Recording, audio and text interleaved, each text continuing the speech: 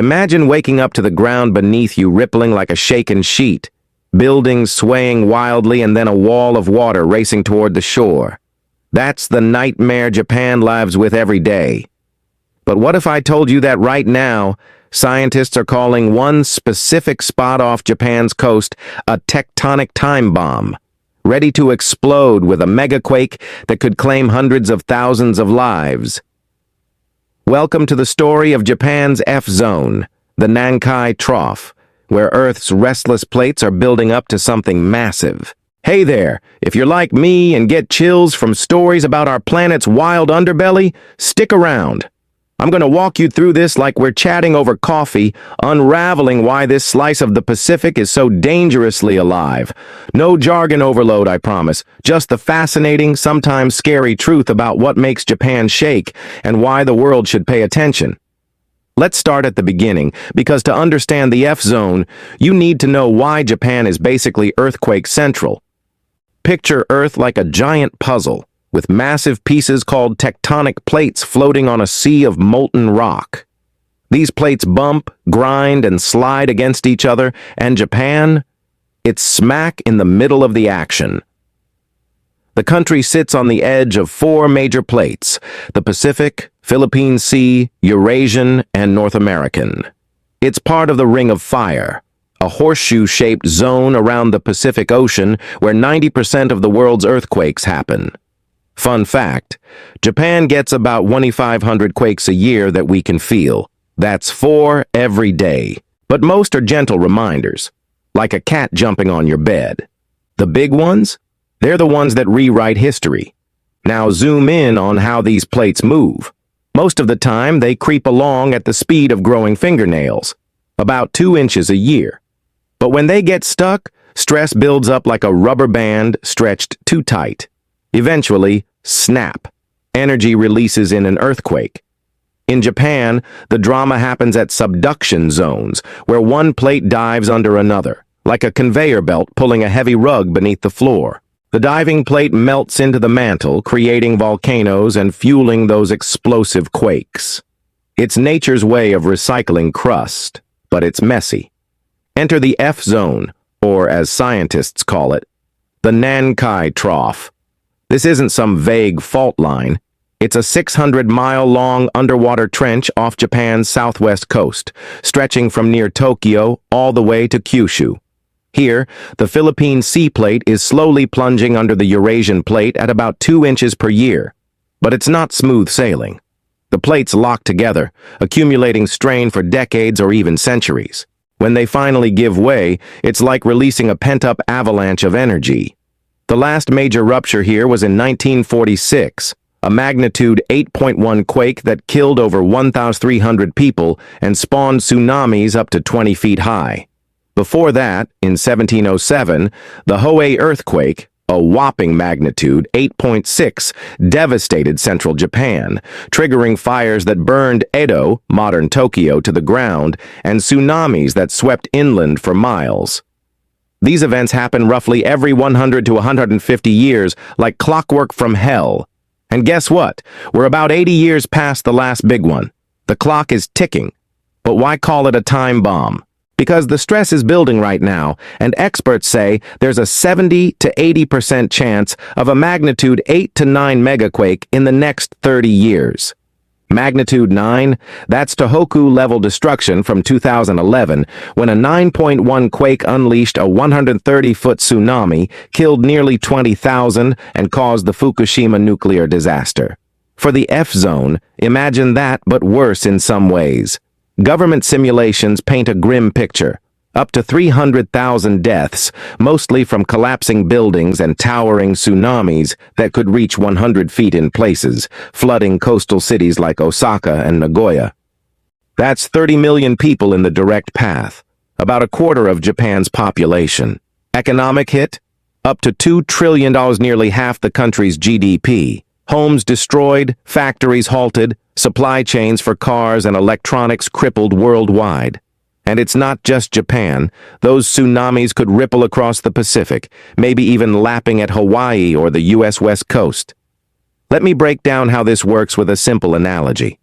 Think of the plates like two massive ice floes jammed together in a frozen river. The current, Earth's convection, pushes them, but friction holds them still. Over time, cracks form upstream, and pressure mounts until, boom, the ice breaks, sending waves crashing downstream. In the F-zone, the ice is rock, miles thick, and the waves are seismic waves and tsunamis.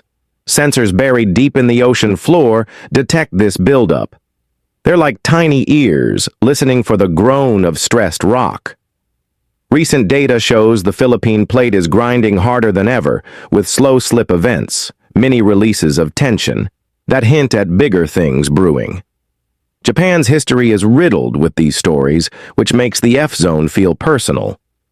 Take the 1854 Ansei Tokai quake, magnitude 8.4, which hit just months before another in the same zone. Survivors described the Earth dancing for minutes, rice fields liquefying into quicksand, swallowing villages whole. Or the 1944 Nankai quake, which blacked out power across half the country during World War II, adding chaos to an already desperate time. These weren't isolated. The Nankai Trough often ruptures in pairs or chains, like dominoes falling. A foreshock in one segment can trigger the next, amplifying the disaster. That's why last year's magnitude 7.1 off Kyushu set off alarm bells. Japan issued its first ever Megaquake advisory, urging folks to prep emergency kits and know escape routes. Speaking of prep, Japan's no stranger to this threat. They've turned earthquake science into an art form. Buildings sway like bamboo in the wind thanks to base isolators, giant rubber pads that absorb shocks. High-speed bullet trains have sensors that stop them in seconds if the ground moves. And their early warning system? It blasts alerts to phones 5 to 10 seconds before the shaking hits, giving just enough time to duck under a desk. Fun fact, Japan even has earthquake-proof vending machines that dispense water and snacks post-quake. But despite all that, vulnerabilities remain. Older wooden homes in rural areas might not hold up, and tsunamis don't care about tech. They're walls of water moving at 500 mph. Plus, with an aging population, evacuation could be tough for many. What blows my mind is how this connects to us here in the U.S. The F-zone is like a distant cousin to the Cascadia subduction zone off the Pacific Northwest. Same setup. Juan de Fuca plate diving under North America, building stress for 300 years since the last big one in 1700. Scientists say a Cascadia megaquake could be magnitude 9, flooding Seattle and Portland, killing thousands. Japan's story is a wake-up call. We've got our own time bomb ticking. Real-world example, the 1989 Loma Prieta quake in California, magnitude 6.9, killed 63 and collapsed a freeway during the World Series. Scale that up, and you see why studying the F-zone matters globally. As we dig deeper, it's clear the F-zone isn't just a geological feature. It's a reminder of Earth's raw power. Volcanoes like Mount Fuji owe their existence to this subduction, spewing ash that fertilizes Japan's rice fields. Hot springs bubble up from the heat below, drawing tourists to relax while the ground subtly shifts. But the dark side? Liquefaction, where soil turns to soup, toppling even sturdy structures. Or secondary effects like landslides that bury roads, isolating communities for weeks. Recent science adds urgency. Ocean drilling projects, like the one in 2022 off Japan's coast, pierced 3,000 feet into the seafloor to sample the fault. What they found? The zone is locked tight, with no major slip for decades, prime conditions for a big release. GPS stations on land detect the ground tilting millimeter by millimeter as the plates push, and with climate change raising sea levels, those tsunamis could push even farther inland. So, what's next for the F-zone? No one can pinpoint the day, but Japan's ramping up drills and seawalls. In April of this year, a new government report upped the death toll estimates, factoring in inflation and updated maps. It's sobering, but it drives innovation, maybe AI to predict slips better or resilient cities that bounce back faster. As I wrap this up, think about it. Beneath our feet, the planet is alive. reshaping itself in slow motion until it can't hold back anymore. Japan's F-zone isn't just a time bomb. It's a testament to human grit against nature's fury. Will it go off in our lifetime? We don't know, but learning from it could save lives everywhere. If this sparked your curiosity, hit that like button, subscribe for more earth-shaking tales, and maybe check your own emergency kit. Stay safe out there. The ground might just surprise us.